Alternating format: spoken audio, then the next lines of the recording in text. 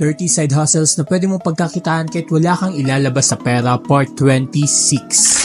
Ayan mga koy, kinumpile ko na lahat ng websites na pwede kong i-offer sa inyo para naman hindi na kayo mapagod maghanap. Brief explanation lang po ibibigay ko dito. Kung gusto nyo naman ng full review, gagawa natin yan sa ating YouTube channel. Kaya mag-subscribe kayo dito sa Mikoy Uy channel. Kasi namimigay ako ng 500 GCash sa lucky subscriber natin, so abang-abang.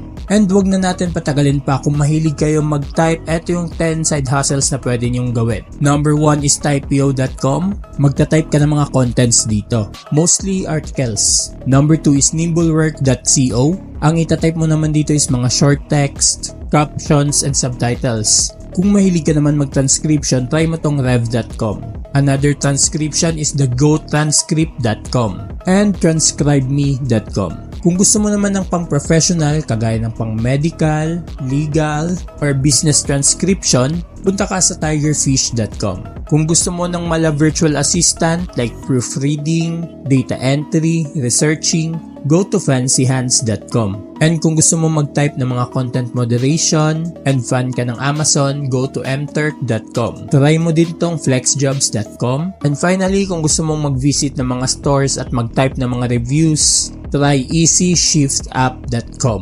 Okay, next 10 websites. Kung may passion kayo kumausap ng mga customers or meron na kayong experience sa BPO industry, try nyo to. taskhero.com. Pwedeng call, pwedeng chat. Kung psychology student ka naman or magaling ka mag-advise, try mo tong talkspace.com.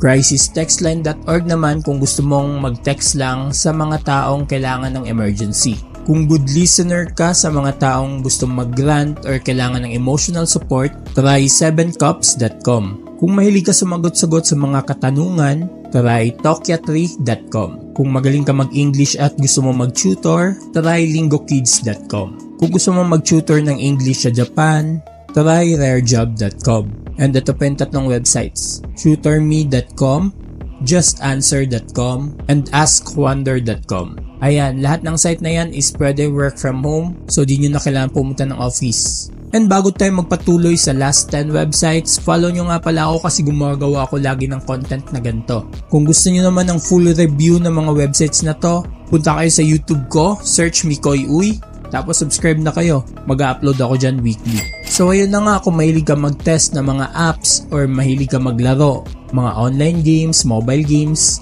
ito yung 10 websites para sa'yo.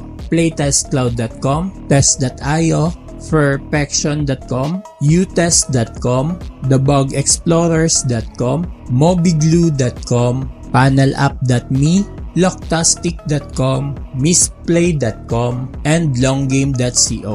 So yun lang mga koy, I hope na kumita kayo sa mga websites na yan. So save nyo na to para hindi nyo makalimutan. And don't forget to follow me for part 27.